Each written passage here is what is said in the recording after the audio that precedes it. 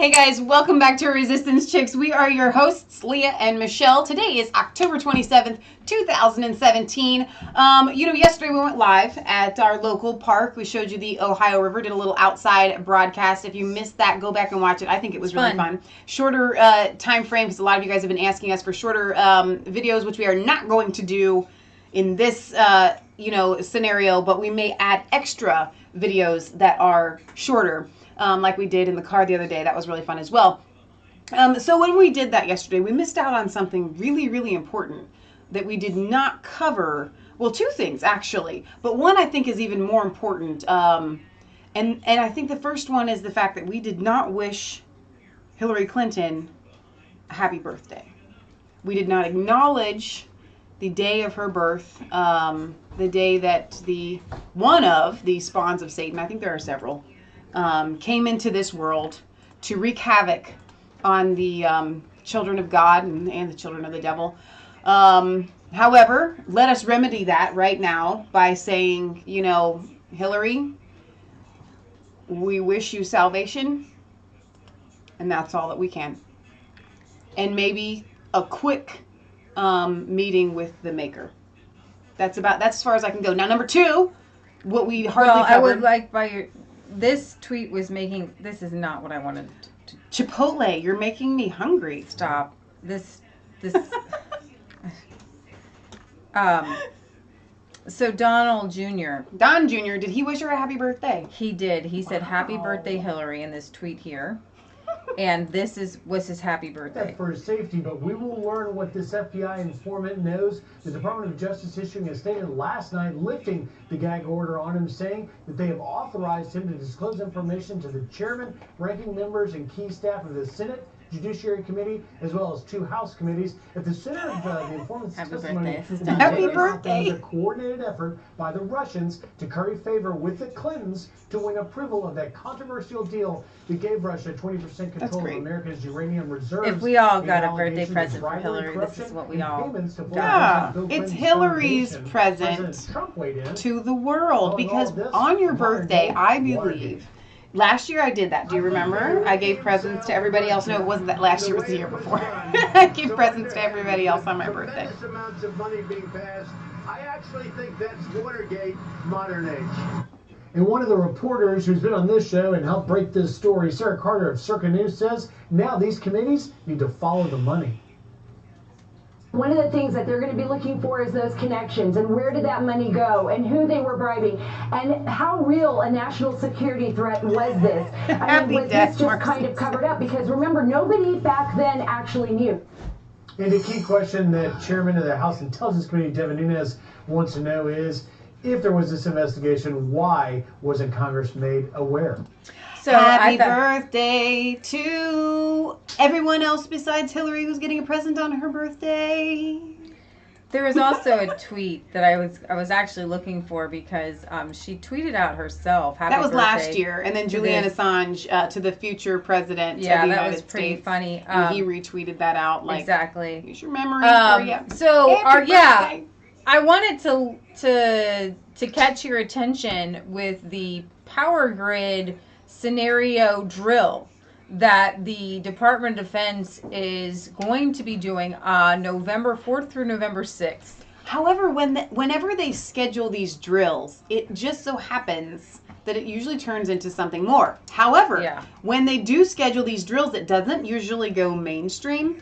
Right. And we now have the mainstream, well, sort of, covering the fact that this is going to go down. So I don't know how much they can get away with. So here we're gonna give you a little behind the scenes look into Patriot how news gets around between Patriot Gallery and the rest of us. So Patriot Gallery came to me with this news story, and she said, like a week ago. Yeah, she said, you guys got to cover this. The Department of Defense is working on this blackout drill, this solar flare drill. And we have heard this before. And it's going to be on the same day as Antifa, November 4th, their day of rage or whatever, their day of screaming or whatever they're supposedly not doing. And I said, I'm going to look that up. And I did. The day of screaming is the day that is the Trump. anniversary of Trump being Election. being elected. I think they canceled their Day of Scream. Oh. Paul Joseph Watson said it would have been the best thing ever. It would have been awesome. They were going to scream to this guy in If helplessness. you didn't see Paul Joseph Watson put together his video on that, do it. It's hilarious. So anyways, the Antifa is planning their day on November 4th or whatever, and they have all these different things planned. And it is true that it came out on the National Association for Amateur Radio. Now, I want you to get excited because Michelle and I, in the midst of all the news that we're going to cover some more Uranium One, some interesting twists to the Las Vegas situation. The JFK files. We're going to go to England and I'm sorry, UK, Britain, wherever, the European Union. Okay. I know England's not England anymore. It's just the UK. We're one now. We're one and united now. Oh, right.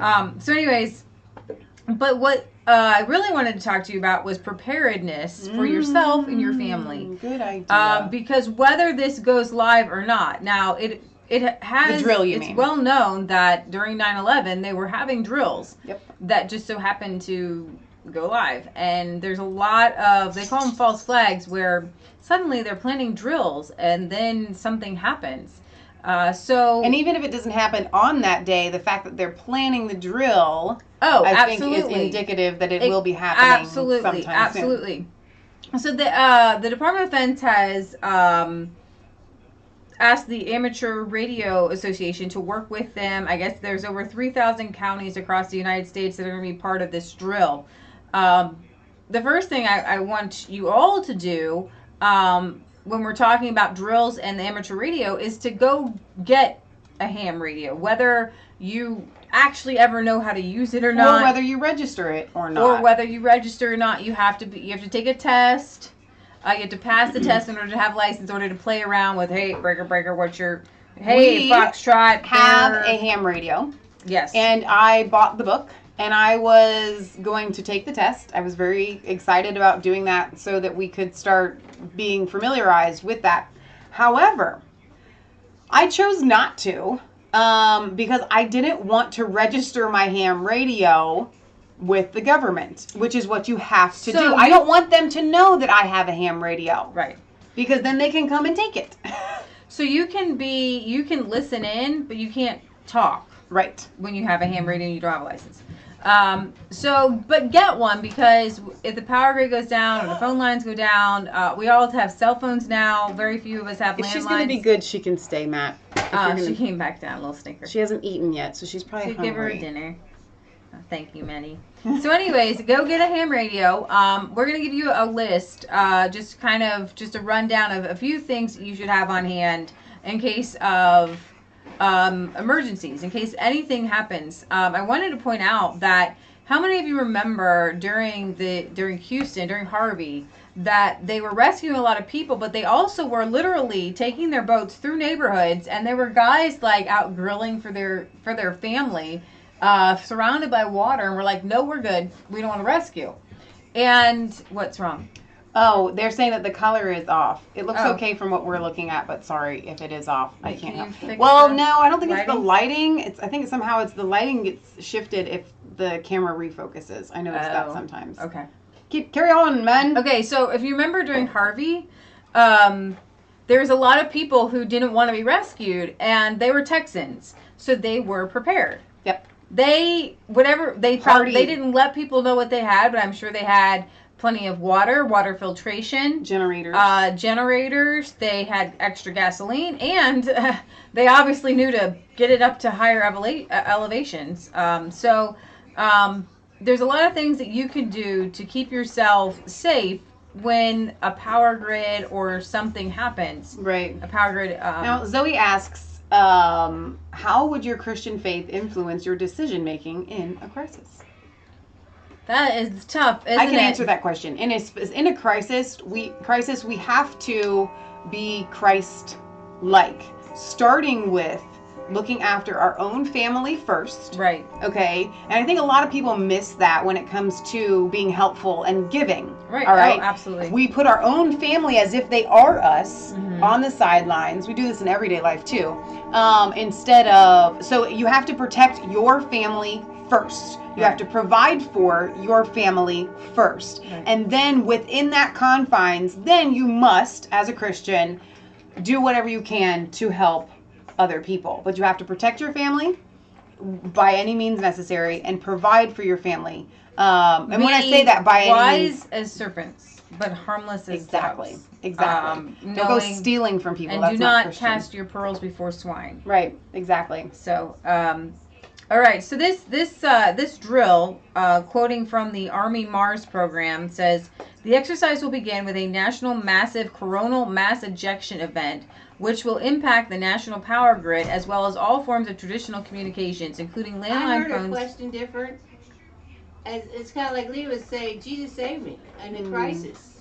Call out to God. It's just God just puts it in you to call on Him. That's why I was surprised at the Las Vegas thing. You didn't hear a lot of people say, "I called on God. I knew He helped me." And that's very true, And because that's what they should have been doing. we hear that's that a real crisis. even all the way up to Vietnam stories. You know, they taper off there, but Actually, we heard you them heard it for in sure. Harvey. For sure, you heard it. You did hear it in Harvey. Harvey, all over. Everybody was saying, "I prayed and God rescued me," and I knew Right. everybody was saying, "God was there. God was there. God helped me. God saved me. I only lived because God helped me." You Right. heard? I mean, you had that man, that black man with his son. God saved me. Jesus So saved me. Zoe gets a little more specific here. If a group was approaching your town, destroying everything they encounter, murdering, raping, torturing, etc., tying people up, etc. Okay, so in that you just you kill them, you stop them in their tracks. That's kind of That's a no-brainer. That it really is a no-brainer. You have to protect yourself and your family first. Yes. So, anyways, I'm not exactly sure if any of it's going to go live, but this is what they're planning for something like this to happen. So what happens during a solar flare, Leah? I think it's similar to an EMP without the severity. We actually The had permanency. a solar storm that actually knocked out our power grid at some point. It was in this article here. Let me get to it. If I catch the snippet here. Let's see. That's a video. In July, sorry, no, it's not. We're not watching that. Okay. It's a commercial. Ad. In July, we warned about the U.S. Government quietly preparing for a massive coronal mass ejection with the passage of an executive order coordinating efforts to prepare for the nation for space weather events. Here's a snippet of Section 1 of the executive order. Space weather events in the form of solar flares, solar energetic particles, and geomagnetic disturbances occur regularly, some with measurable effects on critical infrastructure systems and technologies, such as the global positioning systems, GPS, satellite operations and communication, aviation, and the electrical power grid. Extreme space weather events, those that could significantly degrade critical infrastructure, could disable large portions of the electrical power grid, resulting in cascading failures that would affect key services such as water supply, healthcare, and transportation. Space weather has the potential to simultaneously affect and disrupt health and safety across entire continents. Successfully preparing for space weather events is an all of nation endeavor that requires partnerships across government, emergency managers, academia, media, the insurance industry, nonprofits, and the private sector. Back in April, this is where I got to. Okay. We wrote an article, Zero Hedge did, titled "Yesterday's Broad Power Outage Likely Caused by a Geomagnetic Storm." While everyone thought terror was to blame, Zero Hedge correctly pointed out that the large power failures in the major U.S. cities was due to the intense geomagnetic storm registering 8 to 10 on the K Planetary Index. So a CME can launch 1 billion tons of plasma from the sun's surface into space at speeds of over 1 million miles per hour. Every so often the sun burps, but unlike myself, when the sun burps, it does so with the power of 20 million nuclear bombs.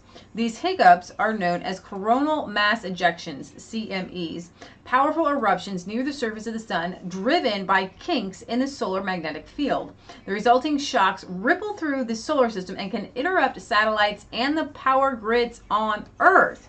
Back to the exercise. On November 4th through 6th, the Department of Defense headquarters entity will work with the U.S. Army and the U.S. Air Force, Mars organizations, and the amateur radio community to request status reports from 3,143 U.S. counties. During the exercise, communication frequencies will be using all the different frequencies, UHF, VHF, and non-internet linked amateur radio repeaters.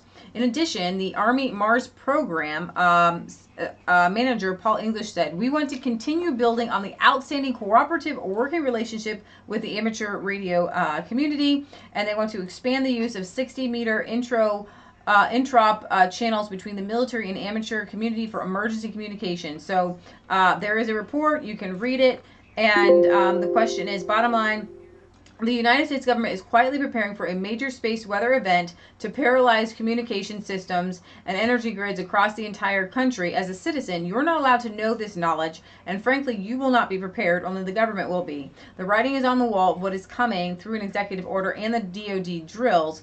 No wonder public trust with government is at historic lows. Simultaneously, the wealthiest families who own mega corporations in the United States are plowing millions into their proxy armies called community organizing groups.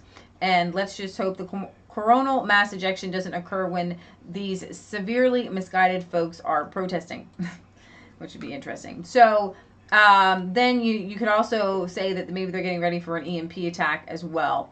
So I wanted to put that out there. Make sure that you have, and everybody talks about this, non-perishable food. You want to store up, beans are great. In Mylar bags if you can. If you don't have Mylar bags, beans will last forever pretty much. Put them in a 5-gallon bucket. Get tons of them. Go to your, and it used to be better. The Mormon groups used to have a lot more at their canneries. Big giant bags. They used to have 50-pound bags. And now they beans. don't. It's really strange. I know. I think it's kind of the closer we get to down. an actual event, right, the less they have to be prepared with. So I had brought up a couple of these pictures for them, so I'm going to go back. I just wanted to, because I know they're hard to see. Go to really Sam's, small. get yourself a lot of beans that will. They're highly nutritious. We lived off of beans pretty much one time for like 3 months, and they have a lot of protein.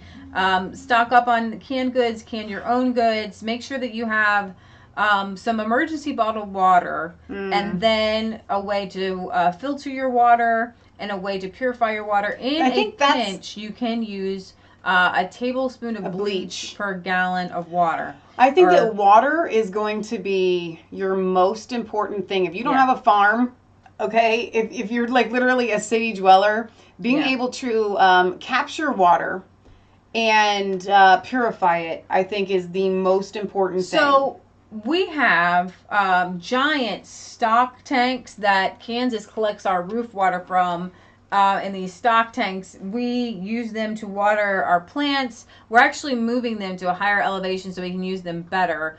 They were hard to drain where they're at because our house is lower than our garden. Different. But we also have a rainwater. cistern that Matthew, Mr. Kansas, has sealed. Again, the government came through and made us drain it. Well, we weren't alive. My grandma lives here in the house. So made it so that it was it drained out. It wouldn't hold water anymore. So we went in one year and we sealed it. We're not collecting water in it right now, but we have the ability. Pipes. He ran the pipes. It's already there. All we need to do is connect it and start filling it up. So we're good with water. We have water filtration system set up.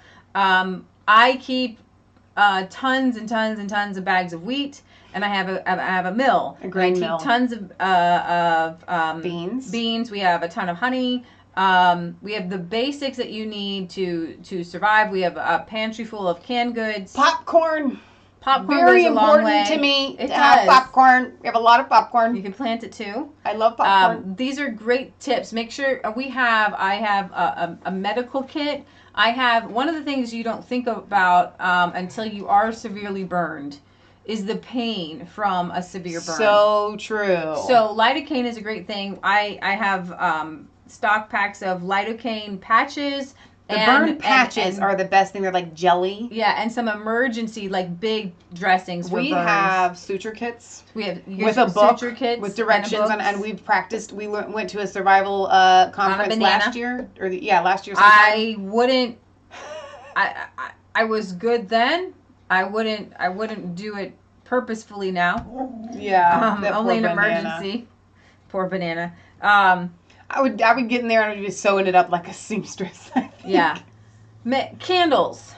Candles and kerosene lamps, but make sure that you have kerosene to fill your lamps with. So in a pinch, one of the things that we have done, and we should do like a little segment one time showing people how to make these, is you can use vegetable oil on water and use little flotation. We used foil to make. What are they called? I don't know. They're plastic for like weddings, for real like pretty. And you just draw a wick up, and so that oil can get to the wick via like 4 little canals, and yet the little other. I'm gonna have to just do it to show you guys the air pockets keep it afloat.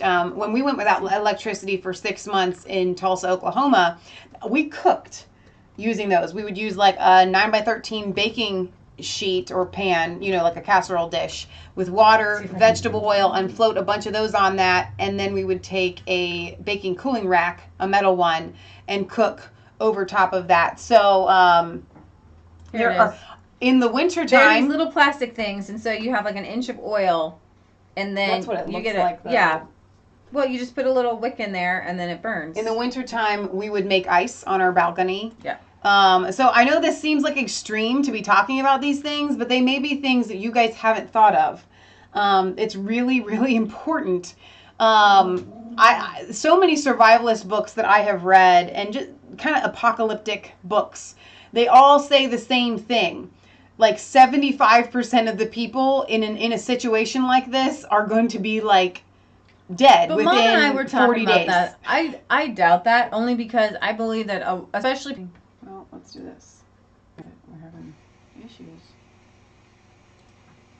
Check your little airplane. This is Now live. it's going. Says we're back.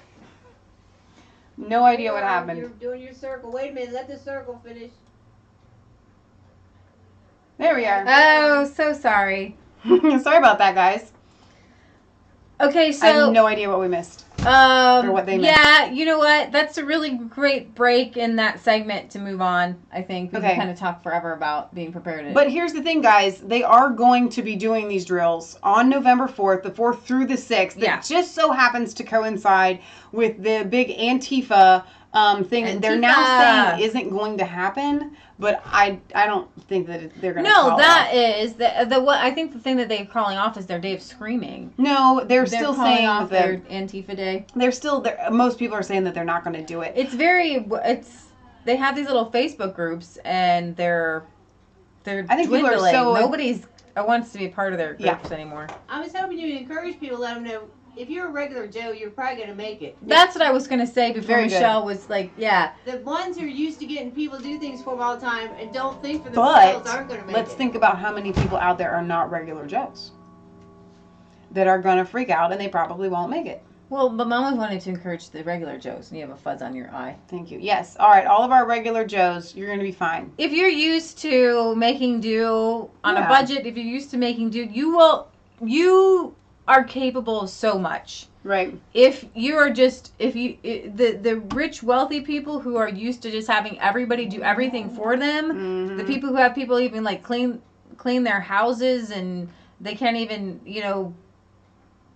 picture themselves doing any manual labor, whatsoever. If you're cool with manual labor and you're regardless of an EMP, the solar flare, the grid going down, whatever, whether it happens November 4th, I got to tell you guys, bad stuff is coming down the line. Well, absolutely. And you will need these skills. It's not something just to put in the back of your head as a what if rainy day. Right. It's coming. You're going to need it. That's Jasper. That's for Jasper. Okay, so moving on. The DOJ has lifted the gag order on the FBI informant. We're very excited about this. This particular FBI informant has taken down 3 top dogs in this Russian uranium scandal. That is a scandal. The Clintons are swimming in scandals. And this is Senator Grassley here. I want to play him. The limitation we have is not for the person to be released from his statement that he made with the FBI and the agreement he made with the FBI, that he will talk to people in question and answer with a single staff person, lawyers on the Judiciary Committee staff. At this point, that's the only release we have, but it's so much more than what we ever would have had information to before. So let's start there and see what that does. Wow. And I want to know why this thing can't be broken up completely so that we can have them before the full committee and in public. He wants a full public hearing with this guy. Can you imagine? This would be awesome. We would be covering that almost live. Oh my gosh, yeah. Oh my gosh. So the word is that the release of the informant came down from President Trump. Yes, it came down from President Trump himself. The informant cometh. I love that title. Yeah, so The future of trading sorry, is here. they're really good with the ads here on Zero Hedge. They gotta make their get money, them to I guess. play.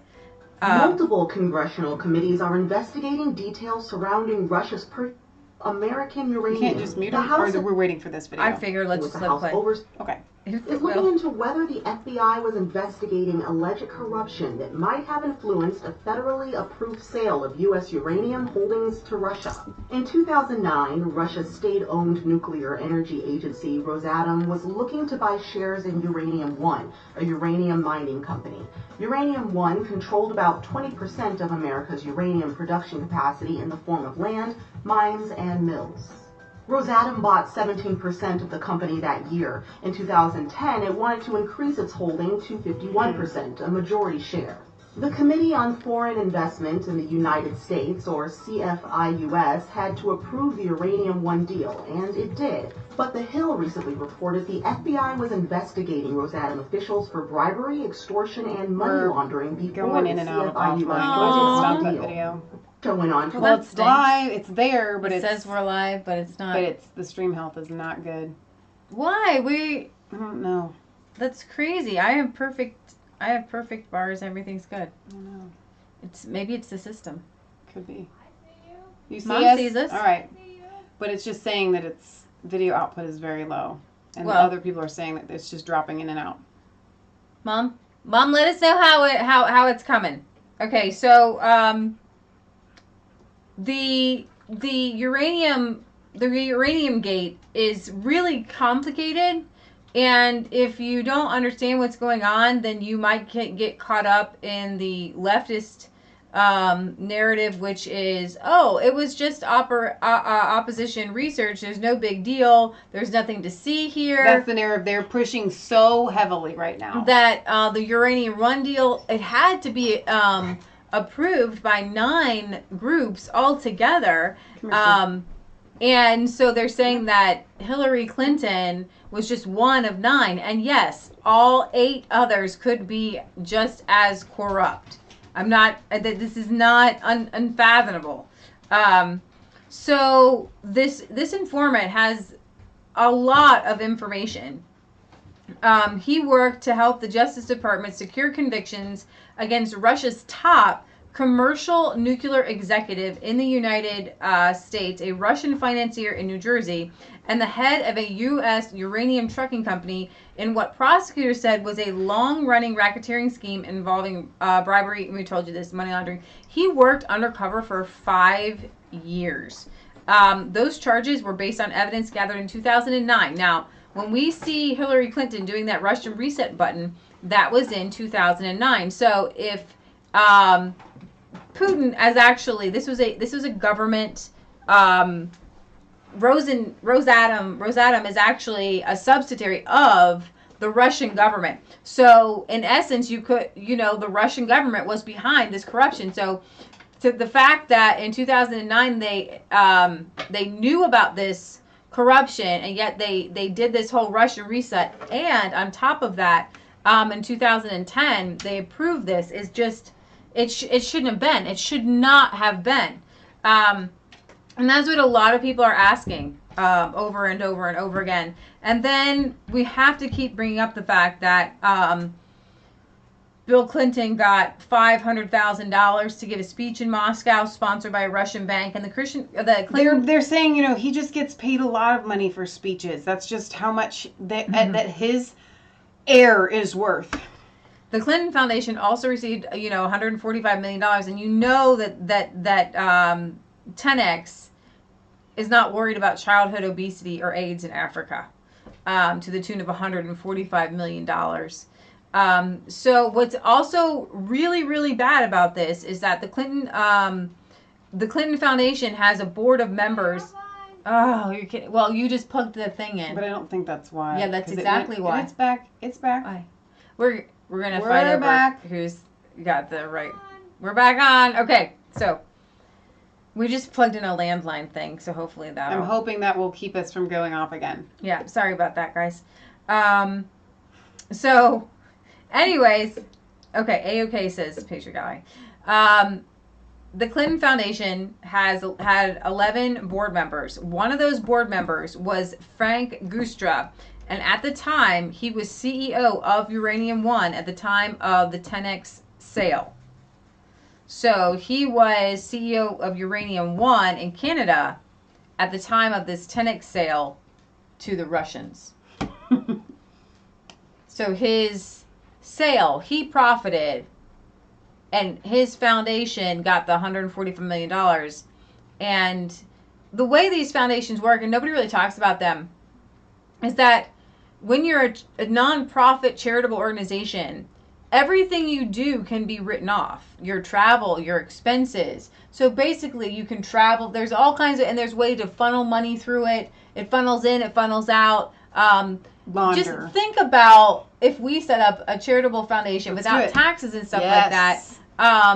And then, we want to take a trip to Tahiti. Well, it's somebody else's dime, so you give Tahiti a little money, and then all your expensive paid trip to Tahiti. But that is not income that you have. That is not income that you earned. You needed to take the trip to Tahiti. Right. We're gonna get to that one next. So the informant is coming forward. I'm excited about this. I think it was President Trump, who brought it forth.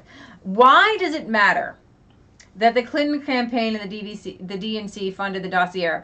I didn't think this was an issue. Is that rhetorical? It is, but then I've been watching Tucker Carlson or Sean Hannity play the mainstream media clips.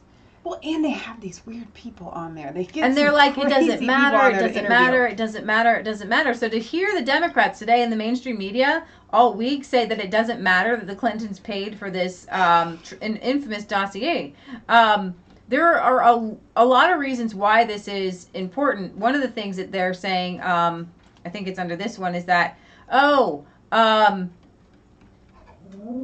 it doesn't matter, and it was an anti-Trump Republican who helped fund it. Just listen here for a second. Who asked for That's not been confirmed. No, that's not been confirmed. So there's been no confirmation from Fusion GPS. Confirmation was asked who it was or show us records. No, that's not been confirmed. Well, you didn't listen They made to the the allegation. President Trump himself the other day said, yes, he thinks he knows who that Republican. The president says he thinks he knows who that Republican is. He's not releasing the name.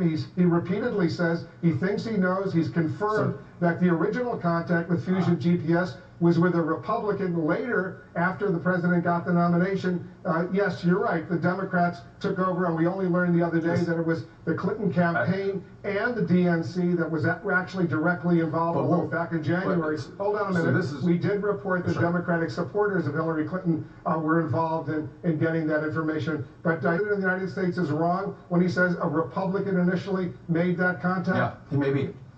Why do you say the president is wrong? Go ahead.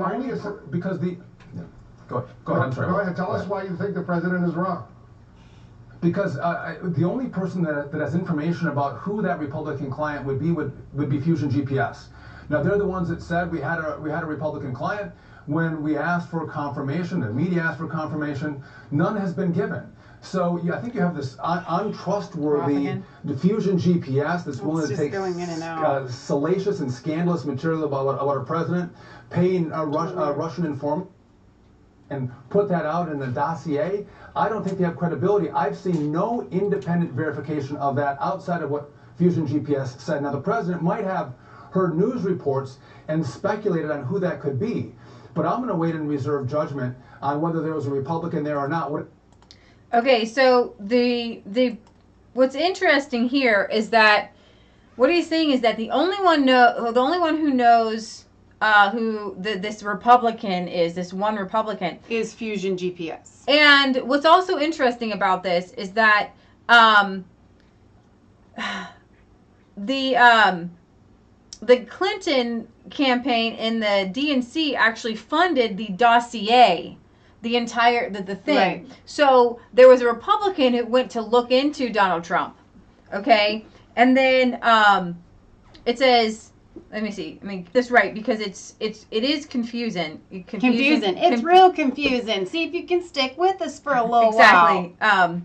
It was revealed this week that the Clinton campaign, in coordination with the DNC, hired Steele's paymaster, Fusion GPS, to investigate Trump. For some reason, the Democrats kept the arrangement secret while inking the deal with Fusion last April. It was only disclosed this week as a House Intelligence Committee subpoena threatened to reveal all of Fusion's bank records as well as its client book. Almost as if it were coordinated, Fallon's remarks echo numerous Democrat politicians and journalists, as well as the Obama administration's Director of National Intelligence, James Clapper. He says, with respect to the dossier itself, the key thing is it doesn't matter who paid for it. It's what the dossier said. The Democrat talking point makes one lofty assumption. It takes for granted that the most troubling allegations in the dossier are true, the P-gate and all the craziness. In that scenario, it may not matter who paid the opposition firm at Fusion GPS to pay Steele to produce the dossier. Important. Yet nobody, including the ex-Obamaites and the Clinton campaign alum, can make that claim. The best that can be said about the dossier, more than 15 months after it first fell into the hands of FBI investigators, is that it is uncorroborated or unverified. Imagine a scenario in which the dossier's worst allegations, the blackmail and collusion, are fabrications. The disinformation or the result of garbled rumors and innuendo that somehow made a way into Steele's salacious 35-page report. In that scenario, the identity of the dossier's financiers would matter. It would matter in legal terms because lawsuits have already been filed against BuzzFeed News for publishing the dossier. Yep. And also against Steele and Fusion GPS, the opposition firm that funded it. It's not hard to imagine someone suing the Clinton campaign and the DNC as well if these were made up, salacious falsehoods. Right. What, Mom? It would also matter morally. Spreading unverified rumors about people, as the Democrats did through Fusion GPS, is just wrong. Glenn Simpson, one of Fusion's partners, yeah? Michelle just looks serious, somebody said. What's wrong, Michelle? Oh, I don't know. The whole thing to me is just, it's so, I guess I'm just processing. Because you can't, we get on here as resistance chicks and we have really bad family members. Kansas has bad family members and we call them out. We don't obviously give you their direct names, but we call them out and we have to process to ourselves, what if somebody were to come at us and sue us for slander? Right. Okay, just for saying, like for Kansas, my dad molested me or my uncle molested me, and then somebody finds out who his dad is, who his uncle is, and then they can say, well, because you said that, we can sue you for slander, things like that. And yet, the Clinton campaign can pay for a dossier that has no foundation in truth whatsoever that can slander a potential presidential candidate and then continues to slander the actual president, and yet everybody on the Democratic side is saying, oh, it's no big deal. We're talking about the kind of slander that goes down in history, like Thomas Jefferson and George Washington, towards presidents that did not have affairs. But we're taught in history that they did, that we're taught that they beat their slaves when they actually were the most loving to the Declaration of Independence to outlaw slavery. Right. Okay? This is the kind of slander that sullies a president's name for generations to come. Exactly. Okay? And that is why it's repulsive. So if my face is serious, it's because I'm like, the hypocrisy in this whole thing. We're gone again? It's just, I'm just going to have to let it go on and off by itself. That's all I can do. Is there any way to... I don't know what's going on. I have no idea what is going on. Are we back? Yeah, we're back. Okay, guys, I don't know what is going on with the technical difficulties. We have never had this. We've never had this issue before. Yeah, so I don't know what to do about so I don't know what to do about it. Usually we've had issues in the past with the cell phone. The only thing I can think is that with the software that I use, I did an update, but I usually do an update right before we go live anyway. But maybe their update has some sort of glitch in it. I'll have to look into it later. But let's let Sebastian Gorka. But it seems to come back, so just be patient with us. Complex and the Democrats and Hillary and Podesta and Ben Rhodes have been slinging filth against the president and against his team. None of it has stuck. But in the last week, we have had an explosion of scandals that all are true and that all go back to the DNC and to Hillary. And the trouble is, Sean, you have to do a massive service because you're the only people. It's you, it's Sarah, it's Solomon, it's Peter, but that's it. And there's so many scandals, we have to separate them. Number one, there's the uranium, that's treasonous, okay? We have to deal with that. Second, there's the dodgy dossier, which is about Russian disinformation being used to slander Donald Trump. And then thirdly, there's James Comey using that disinformation to create a special prosecutor trigger that is used to investigate the president. And then lastly, the fourth story is Fusion GPS. How many stories are out there that are fake, that came from Moscow, and which were peddled by Fusion GPS into the left-wing media? So that's 4 scandals in 1 week, Sean. The Russians lied to impact the election. The Russians infiltrated our national security and to corner the uranium market, and they succeeded, and they knew all the crimes that were committed. If this had happened in the 1950s, there would be people up on treason charges right now. Right. The Rosenbergs, okay? This is equivalent to what the Rosenbergs did, and those people got the chair. Think about it. Giving away nuclear capability to our enemies, that's what we're talking about. Pretty powerful statement there. I don't actually agree that Russia's our enemies, but if you did, then it is pretty bad.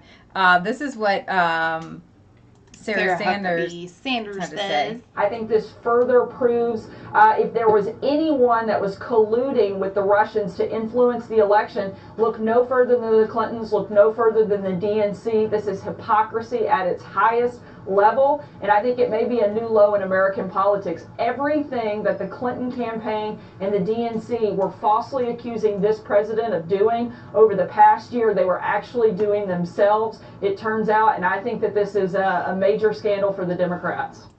I honestly hope that at the end of it, we'll find out that the Russian government is not the bad guy here, that the DNC and Fusion GPS and Christopher Steele were working with low-level people in Russia who wanted to make some money. But it doesn't even have to be low-level people in Russia. Let's take the American government for 1 second. Right. Okay, this could happen with any leftist. Right. Right, and then all of a sudden it's the entire American government. The Russians could have been trying to take down what I would think is that there was probably Russians who were anti-Donald Trump. Yeah. Because Vladimir Putin is pro-Donald Trump, there or are was. a lot of people in Russia that don't like Putin. So you would think there are still communists in they Russia. Would be doing something to try to sully that. There are still people who follow a Stalinist, Leninist mindset, and if they wanted to take out Putin, they would want Hillary Clinton to be in power. Yeah. And also with the Clintons, they could get money. Maybe it wasn't even so much about Hillary Clinton being a world leader, but just having this access to the uranium. I think it's very strange that we tend to view Russia as, just because they're not us, as some sort of unified government. It's Putin and everyone follows. No, they have every bit as much division in Russia as we do in the United States, as you guys in the UK have. Name every country has the division where half the people think we should go one way and half the people think we should go the other way. So if they're all the way up to the top levels of the government. Right. And so if there are Russian officials that are working with the Democrats or are trying to sway an election or whatever, I don't think it goes to Putin, obviously, because Putin wanted Trump in office and this dirty dossier was anti-Trump. So I love the title of this, How Team Hillary Played the Press for Fools on Russia. They played their cards too well. The Hillary Clinton's campaign didn't just pay for the Kremlin-aided smear job on Donald Trump before the election. She continued to use the dirt after the election to frame her humiliating loss as a Russian conspiracy to steal the election, which I feel is why Vladimir Putin was always laughing. Yeah, I agree. Always laughing. Every time it came up, and he knew about the dossier, I'm sure. He knew about the people whisperings. I honestly see people on the street just like low-level criminals making up stuff for money. That's how you trade things with your informants and things like that. I don't think this was Kremlin, like Putin-aided at all. Right.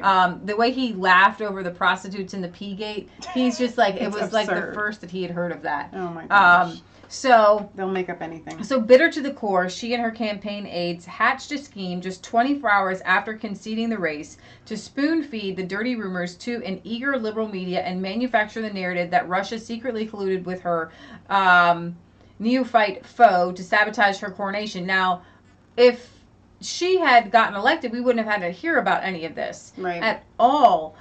This was opposition research. It was designed to try to stop... You're kidding. This isn't fun anymore. We'll just have to wait for it to come back.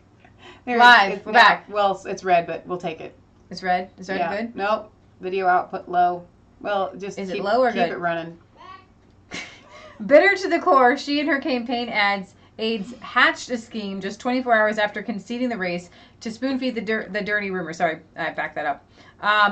But it was Hillary who was trying to kneecap Trump even after he licked her fair and square in Wisconsin, Pennsylvania, Michigan, and other blue states. So Exhibit A is the book Shattered, Inside Hillary Clinton's Doom Campaign by Jonathan Allen and Amy Perns. In light of this week's revelation that Hillary's campaign funded the dirty anti-Trump Steele dossier, the book takes on a new significance. It reveals, within 24 hours of her concession speech, campaign chair John Podesta and manager Robbie Mook assembled their communications team at the Brooklyn headquarters to engineer the case that the election wasn't entirely on the up and up. For a couple of hours, with Shake Shack containers littering the room, they went over the script they would pitch to the press and the public. Already, Russian hacking was the centerpiece of the argument. The plan, according to the book, was to push journalists to cover how Russian hacking was the major unreported story of the campaign, and it succeeded in a fare thee well. After the election, coverage of the Russian collusion story was relentless, and it helped pressure investigators in hearings on Capitol Hill and even the naming of a special counsel, which in turn has triggered virtually non-stop coverage. The New Media Research Center study finds that since the inauguration, major TV news networks have devoted an astonishing 1,000 minutes out of the average 5,000 minutes of Trump administration coverage discussing speculation that the Trump campaign may have colluded with Moscow and hacking Clinton campaign emails, which means the Russia story alone has comprised almost 1/5 of all Trump news this year. In contrast, they so far have devoted just 20 seconds to the more substantive scandal of Hillary and her husband possibly trading U.S. uranium for rights for Russian cash. The MRC analyst also found that more than a third of the network's Russia scandal coverage was based on anonymous sources who worked in the Obama administration, including Hillary's State Department. Though some of that coverage has proved erroneous, leading to retracted stories and fired reporters, the damage is done. Trump's approval ratings have suffered, and the Russia investigation has distracted the administration, which was part of Hillary's plan. In March, former Clinton campaign communications director Jennifer Palmieri summed up the post-election strategy in a Washington Post column, comparing Russiagate to Watergate and encouraging the press and other Democrats to turn the Russia story against every time Trump. I've heard it compared to Watergate, I just cringe inside because I'm like, it's not at all the same, and it kind of lessens Watergate. You know what I mean? It's like, oh, Watergate really wasn't that bad. It wasn't that big of a deal. Right. So I did a quick Google search. It seems like most of the time when this happens, it is internet based. Now, some people were saying, like Worth a Look said, he watches a lot of times when they're covering Real Truth, this happens. So it could be on YouTube's end, or it could just be we're having internet glitches. I am having no problem. I'm bringing up every video, and everything I'm doing is playing, so I don't understand. I'm just saying that's what I'm coming up with. I'm saying that this is CIA. It's YouTube. It's CIA. All right. So, speaking of the CIA, speaking of the FBI, Donald Trump had promised us all those coveted, long sought after JFK files. And at the midnight hour, the CIA convinced Donald Trump that the public wasn't ready. Wait a minute. For all of them. We haven't had a chance after 44 years. We've been a little busy. So we haven't had a chance to black out everything. We didn't think you'd actually approve it, so we didn't get it ready to go. And as my mom had said earlier, she's like, really? After all this time, you haven't got this figured out yet. It's not already done. I want to play here Lou Dobbs and Sebastian Gorka because he has a good take on this. No one knows better than Sebastian Gorka what the president is thinking right here. So, what happened to you? Ain't having no issues, man. Well, usually it'll Chief Strategist for the Make America Great Again Coalition, Dr. Sebastian Gorka. Great to have you here. Thanks for having me, Lou. It is quite a day at Washington, D.C. Right. Let's start with the obvious, and that is the delay of these documents, which the president told us that we were going to have today. The law says we must have by midnight today. Tonight, but which we will not have. Instead, only about 2,500 of 35,000 overall documents, some of which have been under seal for 50, imagine this, 54 years. 54, I said 44. First things first. Let's dispense with the fake news. I was reading the Daily Mail on the way here that said President Trump, new cover-up with JFK documents. This has nothing to do with President Trump. This is the FBI and the CIA requesting to be able to redact some of the documents. The hell with them. Well, yeah, no, thank you, Lou. Thank you for saying what I need to say. Why should we, our president, any administration, put up with two agencies that over the course of what would be now 25 years since some of these documents were sealed, they've had 25 years to do the right thing. Cover assets, change methods. There's only two reasons that you would do that redaction right now. The reasons are you protect active operations or you protect sources and methods. Neither of those can be true 50 years later. Thank you. So what is it? Something embarrassing. And we have seen in the last 8 years the rank politicization of both the Bureau and the CIA under Brennan. So it really stinks to high heaven. Now, though, he kind of used the phrase embarrassing. I don't think embarrassing is the right word. Maybe incriminating. Incriminating. Might be, if we can have a word for shutting down the FBI-inating. That's funny. Okay? That's what it's going to be. Shutting down the CIA-inating. All right? That's what's in there. And that is why these agencies have gone to President Trump. And I like what Lou said. Okay, I know Will doesn't feel like we call out President Trump enough. Well, I'm about to do it right now. Trump, why on earth are you allowing these unelected cowboy agencies to request something? You said they're getting released, and now you have just allowed them to bleach or go through and completely get rid of, and come on, guys. I have to tell you, I feel like the real stuff isn't even within these 3,500 files. So the fact that they really still feel like they need to do something here, to me, is ridiculous. And no, President Trump, you should not be allowing these agencies you should not be giving them a request. They have had, like he just said, decades to do this. So Donald Trump says, JFK files are being carefully released. In the end, there will be great transparency. It is my hope to get just about everything to the public. Now, Roger Stone was on with Alex Jones today. He had on that lady today. I don't know if you guys saw that, who was there. She had her camera taken at the time. Oh, it was a fascinating interview. Go back and watch it. It was really good. So with the Roger Stone interview, he was saying that Trump was actually forced to do this, that he has been putting pressure on the CIA, and that they weren't going to release anything. They were, but it's the president's prerogative. Well, that's what he says. I don't know. I don't buy it. So Also, he's talking about the opiate epidemic Hang today. on, we're done with JFK. Because I want to read Bill's letter. Oh, okay.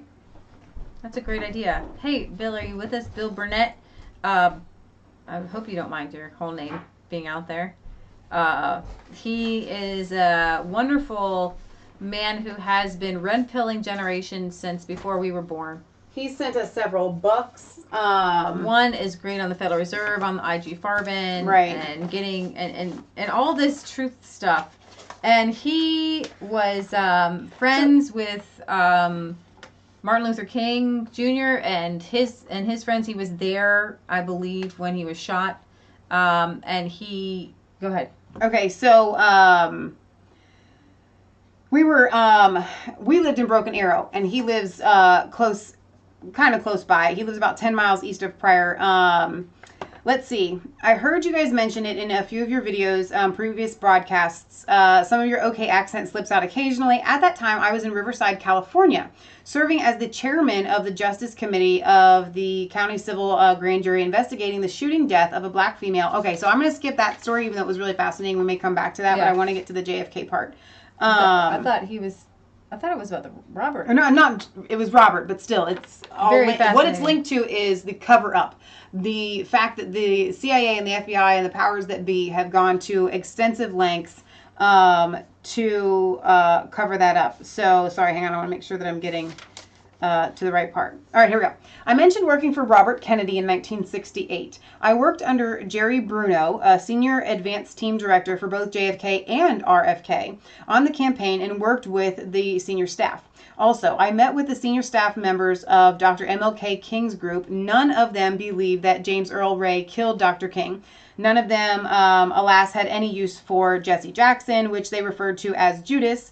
They said that every time they would have a march where they expected to be beaten or arrested, that he would find some excuse not to attend. When Dr. King went to Memphis, they expected trouble as Judas. So Judas was in another state when the assassination occurred. He flew to Memphis the next day and posed on the motel balcony for photographs, and then gave out false news statements that he had been present when Dr. King was shot and held his head in his arms while he lay dying. Jackson is a liar and an abomination. I was present at the Ambassador Hotel when Robert Kennedy was murdered.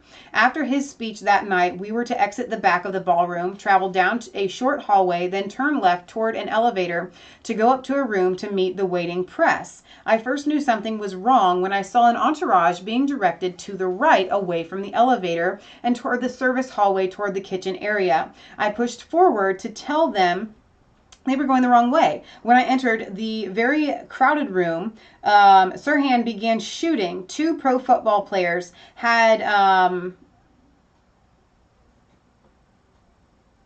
arm in arm, I think, with their grasp, and was causing him to move in several directions while he fired his .22 caliber pistol. We all began ducking in different areas to find cover. I was about 12 feet behind Senator Kennedy. I saw a uniformed security guard standing behind, so I thought he was being protected. The whole shooting lasted, I think, less than a minute. While we were all distracted by the apprehension of Sirhan, it took a few seconds before we realized that the senator was down and barely moving. There was a puddle of blood oozing out from behind his head. A doctor that was present turned his head to see the wound, and I could see blood pouring out of a smoke hole around which was burned hair and blackened scalp. This told me that he was shot from behind and about 2 inches away from his head. Sirhan was about 15 feet in front of him, and Kennedy's back was never exposed to the shooter. The security guard was gone, and no one ever saw him again. About 24 people present who refused to identify or accept the single gunman theory. Neither the police or the DA wanted to talk to anyone who claimed that Sirhan was not the killer. None of us were ever called as witnesses. So I just found that absolutely fascinating.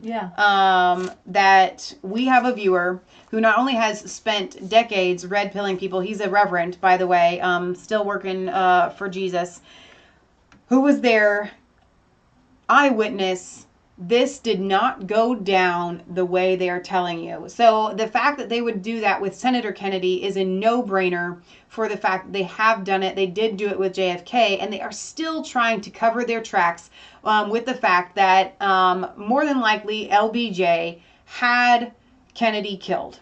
It's that simple. Okay? He didn't, I mean, he even is quoted as saying, I think almost on like Liberation Night or something like that, that Kennedy will not serve out his term and he will die a gruesome death. Okay, so, you know, that kind of goes without saying. So the government was in on it. They had to kill Kennedy because he was exposing the deep state. Yeah, Alex Jones had the smoking gun, the son of a guy who admits to all kinds of craziness going on with that. If you want to watch that, Alex Jones has a really in-depth interview with that. So you guys, this is the whole JFK files coming out. And that's just another spin on it. So thank you, Bill, for sending that. Little pieces are going to keep coming out here and there. But it's... Go ahead. Keep going. I was just trying to remember this one. It just kind of goes to show the corruption. The same CIA... The story for me today, JFK died... It's over, right? The story for me today is that the same CIA and FBI that covered it up is covering things up today, is covering up the uranium one, and we are trying to expose the deep state we can today, where if the internet were around and people were videoing, we would probably know who definitely killed and how that all went down because people would have been filming. Right. But because we don't have that, then... But they did, the one lady, they took her footage. And they didn't give it back. She has a document. This is the lady that was interviewed by Roger Stone today. I think she was on the War Room. She has a document that states that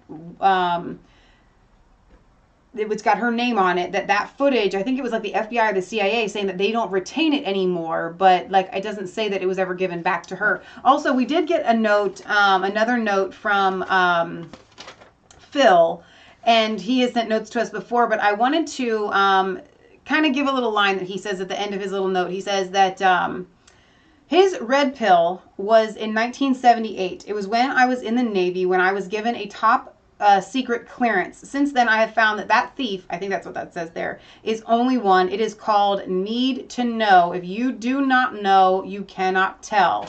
But then he says, and I want you to know that you're doing the Lord's work, and thank you. But they do try to keep these things on a need-to-know basis, and that's why more of this hasn't come down the line, because they have kept it so hush-hush. And being in the CIA and being in the FBI is kind of like being in, the Bloods and Crips or some sort of, they're blood brothers, and that's why they keep these things, almost to their grave. So this came out... and this would have been probably a top story if it weren't for Hillary Clinton's craziness going on. I don't know if you guys remember, but Goldman Sachs and Bank of America and Citigroup and JP Morgan and everybody that imploded during the 2008 financial crisis. There was this quote unquote $1 billion slush fund that was supposed to be given out to different groups. Public records of the settlement agreements with the Justice Department show that when the cash donations, they were given to just liberal groups and not to any sort of conservative group. So when the cash donations to liberal groups are combined with other donations in the form of loans and a separate settlement with Volkswagen, the slush fund has toppled $3 billion. The House Judiciary Committee obtained the internal Justice Department documents as part of an investigation conducted. Tony West, an associate attorney general during the Obama administration, is now a top official at Pepsi Corporation, figures predominantly in a chain of email messages involving his staff members, the records show. The emails also suggest the Obama administration's targeting of conservative organizations was not limited to the actions of Lois Lerner, the official who was in charge of an IRS division that processed various groups' applications for tax exempt status. A 2013 Inspector General's report found that Lerner's division delayed and obstructed the applications of Tea Party and other conservative groups.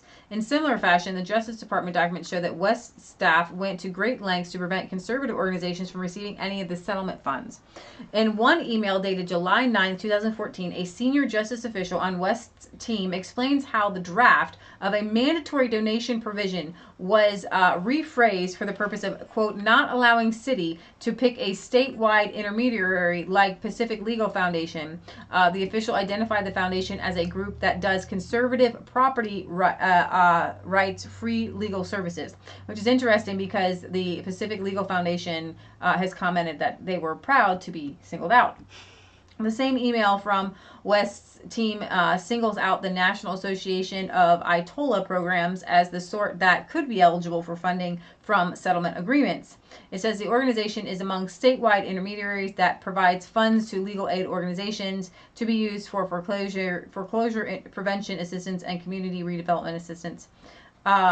So by a vote of 2,038 to 183, the House passed a bill Tuesday designed to bar the Justice Department and all other federal agencies from requiring defendants to donate money to outside groups as part of settlement agreements.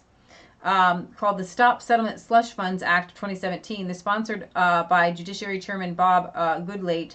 The bill also requires that settlement money goes either directly to victims or to the Treasury. I have no idea why this is not a thing already, but it's a slush fund so that you have to push money into areas that you want it to go to. Congressional investigators found the Obama Justice Department used mandatory donations by the banks to funnel almost $1 billion to left-leaning advocacy groups. This is ridiculous. The internal documents include correspondence showing some of these same third-party organizations lobbied the justice to receive the funds. When there's free money, you know who's going to be there. Democrats, always. Liberals. On March 4, 2014, political activists discussed a proposal in a meeting with Elizabeth G. Taylor, then a Deputy Associate Attorney General. The same day, according to the documents, Taylor sent an email to West about the meeting. In the email, Taylor informs West that she met on his behalf with Virginians Organized for Interfaith Community Engagement, and that representatives suggested that a bank that entered into a settlement agreement should contribute to the National Community Equity Restoration Fund. Because a portion of the email is redacted, it's not clear which bank was cited. Bank of America, however, is later mentioned in the same email. The bank was, quote, shamed into complying with demands of political activists after they disrupted a shareholder meeting. West responds to Taylor's message the same day, writing, "Let's discuss this later." The Washington-based Capital Research Center characterizes both the interest on lawyers' trust accounts and Virginians Organized for Interfaith Community Engagement as left-wing outlets. So the point is, it goes on and on and on and on and on and on, and basically it was a slush fund to get money to left-wing political outlets. It was to, like, George Soros. Here's the thing, guys. Now, we done give these banks a lot of money already. You know, wait, I have to tell you something So funny. if they're going to be giving money to anybody, it's going to be back to the American people in the government. So there's a thing going across the thing. What is it? A fly? It's not. I thought it was something like living. Out of the corner of my eye, it's the news thing, and it keeps I keep looking, and it's. But no, seriously, I mean, we bailed out these banks. Yes. So the fact, it's kind of like a bailout's not supposed to. It's something they're supposed to pay back. All right. Now these banks have not paid back what they owe. And so if their penalty is going to go to anywhere, it's going to be back to government funds. It is not going to go to left-leaning propaganda. Did I say weaning? Left-leaning? I'm a few minutes behind you guys. Are you talking about going to the caves and getting that gold from the pirates yet? No, we haven't gotten to that. The other day, Patriot Gallery was saying, listen, there are powers that be, like the Bushes. There are rumors that they have, like, a massive stacks of gold. Okay, the gold went somewhere. It's not in Fort Knox. We drove past it. It's totally beaten down. If there actually was gold in there, it would be a little bit more taken care of. I mean, they got weeds growing up. I mean, it's ridiculous. All right, so the gold was stolen on purpose from the entire world. Yeah. Okay, and there is a finite amount of this precious metal. Right. In the world, and they are hoarding it like pirates. And so my Patriot Gallery, our mother, has said that we need to find the pirate caves, find where it's at, and demand the gold be given back to the people. Now, when we say give, we're not talking about throwing free gold out, but you should be able to exchange your fake, let's see, I've got one right here, Federal Reserve note that represents nothing but debt. This is a debt note. You should be able to exchange this for gold. Yeah, so what's also interesting... Give it back. We want back. You can have the paper and store it up in your pirate caves. These fake notes... Ooh, and microwave your $100 bills with the strips. Yeah. These fake notes, we need to... I guess that isn't a whole other story. I was going to play funny Nancy Pelosi here, but I also have a whole Federal Reserve segment I had planned out for whenever. But pieces of that, as we have kind of flown into this, I don't know exactly how. Trump is getting ready to pick another Fed chair. To me, it's 10 of one, 20 of another. Doesn't really matter. Any potential person for that spot. However, unless it's Ron Paul, should not be picked. However, Trump has said that we need to get back to the gold standard. He has said it would be difficult, but he believes that it's doable. And actually, when he was elected, one of the first things that Rand Paul came out and said, Ron Paul said, and many of the people who believe in gold-backed money had said that maybe under Trump it could work. And it's no longer pie-in-the-sky conspiracy craziness to talk about going back to sound money and to gold-backed trading. China is trying to do it. Russia's working on getting their monetary system based on gold. I know China is actually trying to come up with a petro yuan, which is a petro dollar in their mind. And I was talking to Patriot Gallery today. What are you doing? Keep going. I was talking to Patriot Gallery today, and I was saying that when it comes to the petrodollar, right now, I guess in 2010, I have some charts up on a Zero Hedge article, that in 2010, we were using about 4 million barrels of oil a day, and now it's down to a little over half a million barrels a day. And that through quantitative easing and all this craziness that you guys remember, prices were like almost at $5 a gallon across the board. But when everybody talks about the economy doing so great, it doesn't bother me for everybody to say under Trump the stock market's doing great and jobs are coming back and unemployment's down. It doesn't bother me, but I know it's fake. Because the root is still rotten. These dollars are so fake. The petro system is so fake. That all the stock market is based on whims. It doesn't actually mean that anything is actually created. And in fact, what you have right now is a surplus of goods versus a desire for more goods. And when the world decides that it doesn't want to be on the petrodollar anymore, right now, our little these little paper things are stored in stacks around the world, and they have to, and you have to trade oil for these stacks. Now, countries that import large amounts of oil, like China and most of Europe, they have to trade on the petrodollar. Now, Europe actually gets a large amount of its oil from Iran. And so they're in a sticky position with Iran sanctions that the Trump administration and the world wants to put on Iran. Right. Because they're getting their oil from Iran. And I was telling Mom, I said, there is absolutely no difference in terrorism or human rights between Saudi Arabia and Iran. And yet, True. Saudi Arabia is not under sanctions, and Iran is under sanctions. And in fact, when we met with the Iranian woman at the Red Pill Expo, she was going back to Iran, to start like an organic farm, and she was saying that they are more free there than they are here, according to like property rights. Once you own the land, you own it. Women can own land. There's no taxes on your land. Right. What they do here to your land, she says, is just criminal. And we have the right to property. Right. That's included in the Pursuit of Happiness, because that's what John Locke wrote, and that's what they figured that was too confining. Let's broaden it, but within the Pursuit of Happiness is the right to property. So with property taxes are illegal, right, and they steal your land. So the fact that in a place like that, the fact that they don't have a property tax and you're more free to actually own your little spot of heaven is a big deal.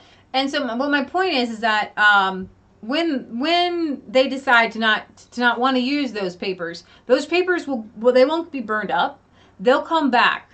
And what happens when those papers come back, then it floods and it devalues everybody else's papers, which is, you know, it will cause all kinds of inflation. We don't know exactly what it will cause. So, sorry I was a little bit distracted, but first of all, I went to get a $100 bill with the new blue. I think this is as of like 2013. They started doing this blue strip. You guys have already, I know you've seen it. It's supposed to be for testing counterfeit. It is literally woven into the in a couple of different spots into the fake paper here that we're looking at. And the reason that I say to microwave it, and I didn't come up with that, obviously. I've gotten it from other truthers out there. I don't know all the details, which is what I was trying to look up. I couldn't find it because Google has literally buried all of the facts for why you would want to do so. But it's kind of the same thing as wanting, your passport actually does have an RFID chip in it that you want to fry in the microwave, the new passports that are issued. I've heard of people doing that. But literally, it's made up of like thousands and thousands of UV whatever, but it's electronic, is what it is, and it's something that they can use as kind of like a scanning, tracking, not really tracking like GPS or anything like that. But I don't know. We don't know the kind of technology that is in this blue strip. So to get rid of any potential tracking or whatever within your $100 bills, I say fry them. That's what we do. We can cover more in the Federal Reserve. We will always be covering the Federal Reserve. We will always be covering going back to the gold standard. It's really important. It is possible, barring what everyone says. Not only is it possible, we have to. We have to, because every transaction that we make is actually based. It's based fraudulently on something that doesn't exactly exist. And the truth of it is, the reason that Americans, and I will say this 100 times, the Americans seem to be doing so well is because we are the counterfeit printers. We have to exchange. We don't exchange anything to get these fake dollars. But other countries, in order to get one of those $100 bills, has to exchange $100 worth of goods, like solid things. But we could just print them out. Right. It's absolutely unfair, starting with the Bretton Woods and things like that. So I wanted to bring something to lighten the mood, because Nancy Pelosi always does that. Her Botox seems to be wearing off at points to where she can't get words out of her lips like this. Stop it. Yeah. But an event of morning has been really one that marks a transformative moment when President Bush left office. The volume's really low. So low. $1.4 trillion. $1.4 trillion. So you're talking about you notice she can't really open her mouth. Increased by an enormous amount. The debt is $1.4 billion in terms of. She just said trillion a minute ago. The other day, and you saw the pie chart. You saw the pie crust. Policy here. She just said pie crust. Instead, let's go to the table. Sorry, I can't even hear myself, guys. We're here for the American people. Education being essential. Education, by the way. Education. Nothing brings more money to the Treasury than investing in education. Education. Agency that is there to address these needs. Declaring an emergency means you can have access to declaring an emergency on, the House and Senate, Democrats, Republicans, and the White House as to what when that will happen has to happen soon. It has to happen soon so that we can have it done by the end of the continuing resolution, which is what, the first or second weekend of December, at the end of the continuing resolution. Somebody's saying many. Here's the thing, though. You can't really. At some point, I don't know when you can, like, when you have to stop making fun of her. To be removed? Because they probably are mini TIAs and mini strokes that she is having, like, literally while she is in front of these people, and that's scary and sad. Okay, I'm going to play this from Sean Hannity. We're going to go to Europe, and we're going to... Who knew what and when? I got it. With Uranium One, the FBI had mountains of evidence of Russian bribery. Did President Obama know about this? Was it in President Obama's daily presidential briefings? Apparently, that might have been told to the lawyer of the FBI informant. And what did Hillary Clinton know? And when did she know? Did she know that her husband, Bill Clinton, was being paid double his speaking fees for a speech in Moscow? Did she know that Bill asked for permission while in Moscow to meet with Russian nuclear officials? Did she know that eventually Bill met with Putin during the trip and advocated? This is important. He also advocated that, in fact, the Uranium One deal be done, and also was paid by a bank that had a financial interest in Uranium One. So how could both of them, Obama and Clinton, ever think, ever, it's a good idea to give 20% of America's uranium to Vladimir Putin? Now, by the way, that's the foundational material for nuclear weapons. We need to hear from key Obama administration officials. For example, like Eric Holder. What did he know and when did he know it? He was in charge of the DOJ. They were in charge of the FBI. Did he know about the evidence of Putin's network right here inside the United States? All the crimes being committed in 2009 before this Uranium One deal was approved in 2010. Now remember, Eric Holder, Hillary Clinton, they were part of the committee that signed off on this deal personally. Eric Holder did, Hillary did. Stuff. They don't and then Robert Mueller. He was the FBI director back in 2009. How inconceivable is it that he didn't know that Russian operatives were in our country trying to break into the uranium market on behalf of Vladimir? Now, how can he possibly oversee any investigation into any Russian collusion? He can't. He can't. He just can't. He can't. It's over. It's done. We're done. But we have to keep bringing this out over and over again because the lying mainstream media is going to rue the day. Well, they keep downplaying this, so we have to play it over and over again. So, on to Europe. Now, a Pakistani man suspected of having killed around 7 people in his homeland has been arrested in Hungary among a large group of migrants trying to break into Europe. But how did they get into Hungary? Police in the Central European nation arrested the 35-year-old... Seriously? There it is. There you're back. Okay. Police in the Central European nation arrested the 35-year-old keep going. Alleged hitman who is wanted by Interpol on Tuesday when officers stopped a crowd of illegal immigrants near the border with Serbia. Austrian authorities said in a statement that the arrest was made after detectives from the nation's federal criminal police office received a tip-off that the man was heading for Austria and informed colleagues in Hungary. Identified only by the initials AZ, the suspect is a hitman known as the Pakistani Butcher, who, according to the Austrian police, is accused of committing around 70 contract killings in his homeland. One of the South Asian nation's most wanted criminals, according to local media, the man has turned his hand to people smuggling since the beginning of Europe's migrant crisis. This case once again shows the importance of international cooperation in combating crime. I can only congratulate the Austrian investigators on its success. Let's see. In the next few days, authorities in Austria will be deciding on whether or not to deport the suspect to Pakistan.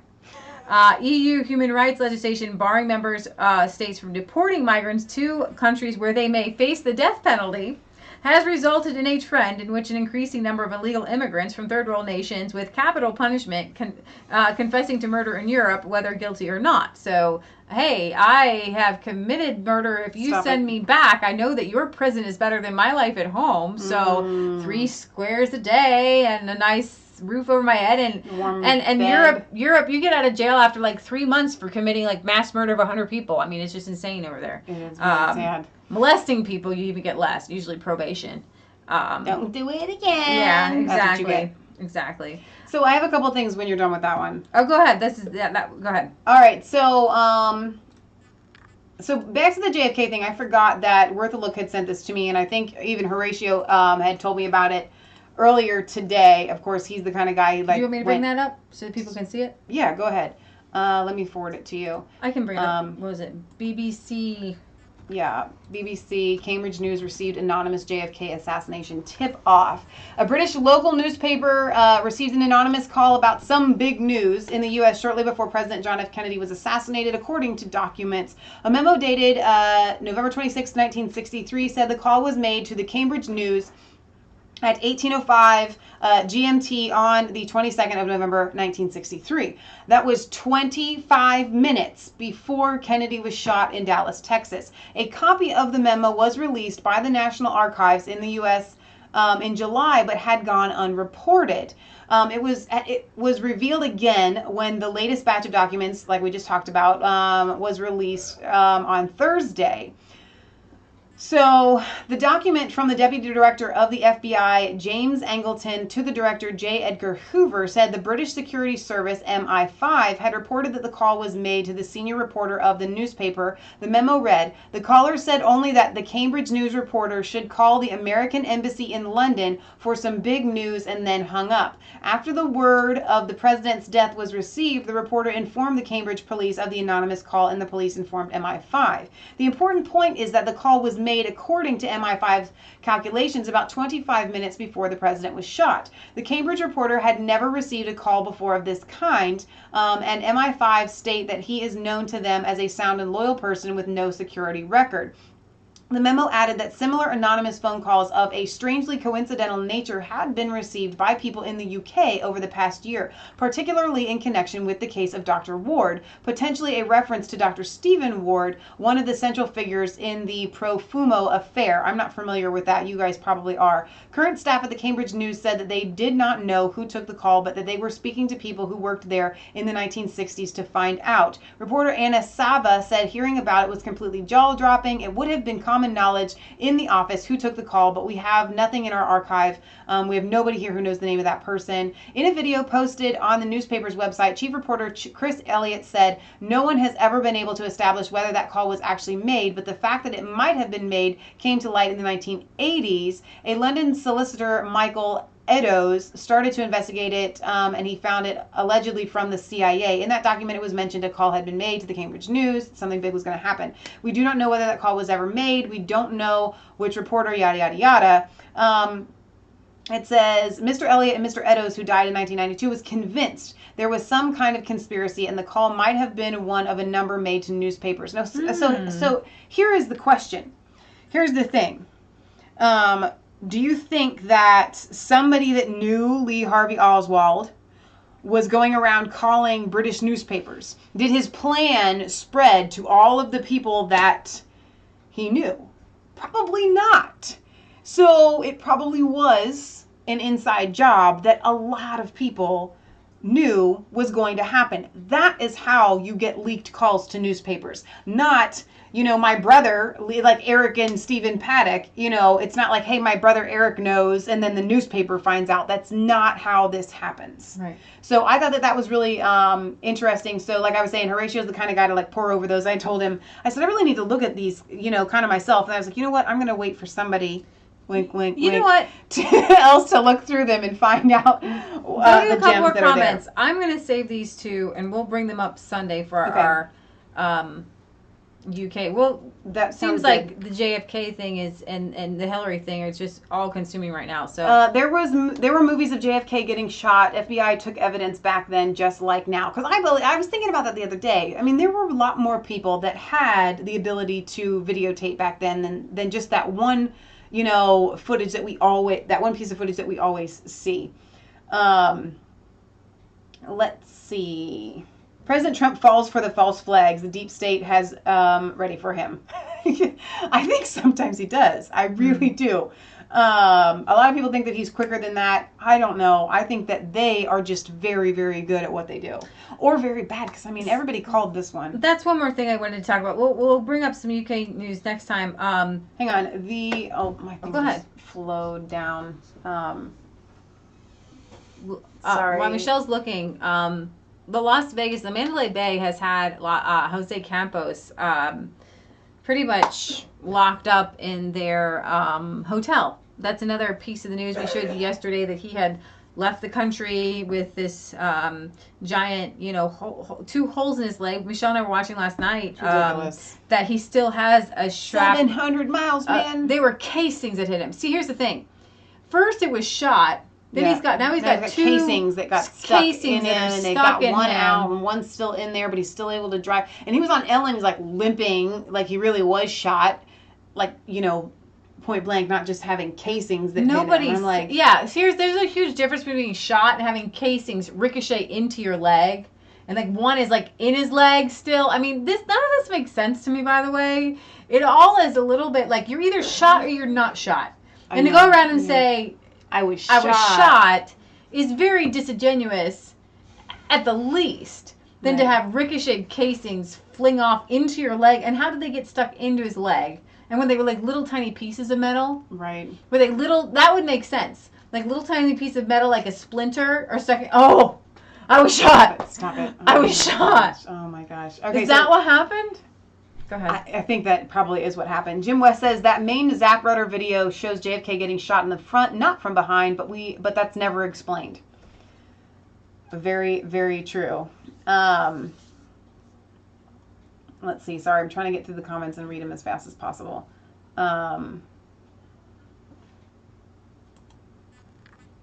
Authorities put brakes on information flow in Las Vegas shooting. Let's see. Local and federal authorities are refusing to fill in the blanks. It wasn't always like this in the days after October 1st when Stephen Paddock opened fire. Las Vegas police were hosting multiple news conferences a day, then once every few days. They compiled and released snippets of officers' body cam footage. They spent several minutes answering specific questions. They released a comprehensive timeline, which ended up being wrong. They took it back, then they tried to clarify, but instead caused more confusion. By October 13th, the last time the Metropolitan Police Department or the FBI addressed the media or the public, something had changed. The sheriff, who had been straightforward and stern, was now emotional and at times combative. Both he and the FBI failed to provide much new information, and at the end of the meeting, they refused to take any questions. Since that day, the only person who has shed more light on the investigation is Mandalay security guard Jesus Campos, who was shot in the leg. But was he shot, really? Seriously? Does he have gun casing splinters? In the leg while approaching a gunman's room. His platform to share that information was the Ellen DeGeneres show. If you'd like to watch a very seemingly honest and open man from the union, the security guard union, was on Tucker Carlson last night. He didn't really reveal anything new, but there's a few snippets there that made me go, he was taken away for medical treatment, and that's after he had met with the executives in the top of MGM. So, well, it was actually after that security guard, the guy that we were watching. He was meeting with those MGM top officials, not Jose Campos at the time. But one thing that stood out to me was that, like you just said, when it comes to him being the trip that he made down to Mexico, the argument is it was planned. It was already planned, so we didn't have a problem. Nobody had a problem with him going, fleeing the country. Okay, but when questioned about why he left the interview directly, it was very quick, and he just said he had to be taken to urgent care. So after that, Lee and I are kind of going, all right, believable. If you've been shot in the leg and you're getting ready for an interview, you've got 5 of them lined up, you're literally getting ready to go on to the interview, and it starts bleeding and it starts to look really bad, and you've got to go to urgent care. After he went to Mexico and drove both ways. But he's got to go to urgent care, right? And I'm going to believe this part of the story. I'm not really, but just for argument's sake, we're believing it. So you go to the urgent care. And then the people that represent you and are with you be like, dude, the guy's bleeding out, man. We got to go to the urgent care. We'll reschedule. Okay? So the fact that that never happened, it was an instant disappearance, no explanation, nothing whatsoever. If you're a hero, like he keeps touting, and your wound from your heroism is gaping and gushing, and you have to go back to urgent care, and you're about to be interviewed, and you say, I have to take my hero's body to urgent care, and I will be back when I'm, repaired. That's what you do. Like, you're kind of, yes, you don't just disappear, is what I'm saying. So, an FBI spokeswoman said it doesn't matter whether he was on Ellen or not. The Las Vegas Review-Journal has asked to speak with Sheriff Lombardo about the shooting investigation. Reporters were told that the sheriff will not be conducting interviews. I'm sure this is all set up by the FBI and the CIA. As he has stated previously, the case is still ongoing. Another media briefing will be held when we have new and accurate information, which will be never.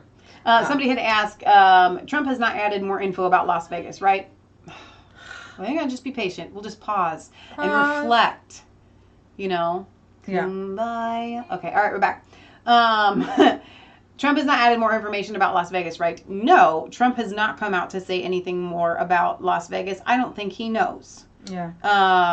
Somebody, just go back to the comment earlier. They kind of are able to pull the wool over his eyes, and if he does know, and he's not revealing, then that's kind of out of character for Trump. He's but very the outspoken. Mandalay Bay has him under 24-hour watch now. He's up Campos. Campos, and he's the He's one apparently guy still working there, but not really. I mean, okay, so you're wounded, but so you're still he's working. Just like Is he going to living work? it up, dude? Because he's probably living in some penthouse. They're being set up to be all day, sued every right day. now. Mandalay Bay is being sued by several people. So, the crisis actors. Yeah. I'm kidding. I know there were real people that were shot. Authorities also have not said how long the gunman had a do not disturb sign on his hotel door or whether hotel staff saw something suspicious.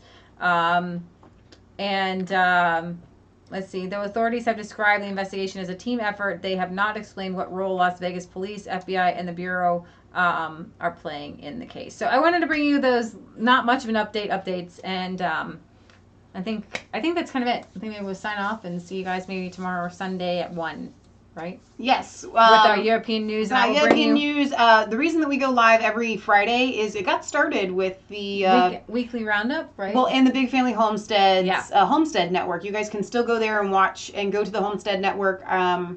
Just Google it. It's easy to find and watch the other homesteading shows. Because for those of you that just watch our news and don't realize that we have a homestead here, it's getting that's cold why we were now, on the going outside. The Homestead Network. But I haven't plugged one of our favorite channels, Going Batty, in a while. Our dear friends Kevin and Heather. So I want to plug that channel. I want to thank the moderators that were here: Gary, Maya, Kelly. Worth a look. Thank you guys for being here to moderate. Thank all of you for being here to help add to the conversation. We come in and out throughout the week, but we're always here. We come in peace. As the Lord leads, if anything crazy happens, like a wreck outside the Fridays house. Fridays for at sure. 6, and for European UK news, I was thinking about this Sundays the other at day. 1 Eastern What do we time. do about, I think in like November, it might be the 4th, whatever the weekend is, it's usually a Sunday, we're going to fall back. Daylight savings. Oh. I don't think you guys do that. Oh. So the question is, do we change? Because that's going to put our Sunday show an hour later, which we were wanting to do our Sunday show at 6 p.m. for them, so that they would be watching at 6. But if they don't do, I don't know. We're going to work that one out. Eastern time.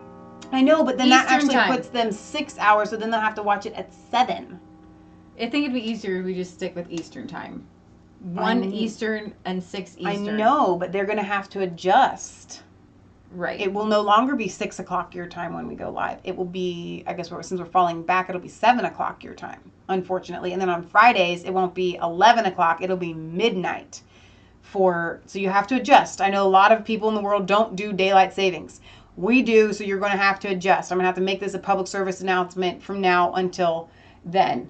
Time change in UK is this Sunday. So y'all do have a time change. So I ain't got to worry about nothing. Oh. Okay, stress is gone. Very good. Fantastic. We put the clocks back tomorrow. Okay, very good. I didn't know everybody did daylight savings. We have states here that don't do it. So let's see. I think that covers everything. Do we have a song for the people? Not off the top of my head. Somebody had given one last week. Why don't you ever just like day. skim through the hymnal? Because I forget. Something. No, I mean like. Oh, okay. November 5th. All right. All American Church hymnal. UK winter goes back 1 hour for winter next week for British winter time. Thank you, Barry. Barry! That's good to know. I don't know many hymns actually. Not quite of a hymn. Oh, happy day. That's a good one. We sang that one. Sing it again. Oh, happy day. Some things to look forward to. We're going to be doing a Protestant Reformation, Martin Luther. He was actually German. I don't know why I'm bringing out my Martin Luther. Stop it. That was just really bad. You're messing with my mojo, man. I know. On the 31st. For those of you that don't know, the Resistance Chicks do not do Halloween, but we will be discussing it. Britt Baza has sent us several links. I have no problem going back to the origins there, so that's really fun. So we will definitely, we need to come up with a time to let them know so they can be planning on it. I think that's Tuesday. Is it a Tuesday? Yeah, probably somewhere around 7-ish, but I'll get back to you guys with that. So I know that you have just a closer walk with thee. You just passed that up. Did I? You sing it. Keep going. It's not alphabetical order. Well, I don't know the words. Precious Jesus is my plea. That's good. Keep going. Daily walking close to thee. Let it be, dear Lord, let it be. I am weak, but thou art strong. Sing it. Jesus, keep me from all wrong. There it is. I'll be satisfied as long as I walk. Let me walk close to thee. When my feeble life is o'er, time for me shall be no more. Guide me gently, safely o'er to thy kingdom shore, to thy shore. There you go. That's a good one. All right. Thank you guys for being with us. We love you. God loves you. God bless. Don't forget, it is not just a conspiracy theory if it's actually the truth. And we here at Resistance Chicks are very excited to be living in a time where a lot of conspiracy theories are being proven as true conspiracies. Finally. This was a conspiracy. It was planned. They did it. And I mean, we're alive during the time where I think some of this stuff for JFK may come out. Some answers. Not all of them, obviously, while they're busy redacting with their black. We want to thank you for being here and watching us because. Why? Why do you do it? I have no idea. We have a lot of things to say. Yes. And you want to listen. If you weren't here, we just talk to each other. And to other people and to our friends who... Our friends would like to send out a personal thank you to you guys. Absolutely. For allowing us to talk to you. Especially everybody about this on stuff Facebook. Instead of them. Yeah. Oh my gosh. Yes. I no longer have to post all this stuff on Facebook. I could just tell it to you. Get it out of my system. We used to call you long-winded one. Ooh, long-winded one. I think actually Kansas came up with that one. I don't know. All right. I think that rounds Like, comment, and up. subscribe. Mass Phase 3 and Resistance Chicks. Find us on Facebook. Ooh. Follow us on Twitter. We love you. God loves you. God bless. P.O. Box 107, Milford, Ohio 45150. And you ordered a new microphone so we can yell again. Yes, I ordered a new microphone today. To be Thank you to some generous donations from people speeches that lately. may count. We appreciate that. Quiet is not a volume that should be kept at all times. Inflection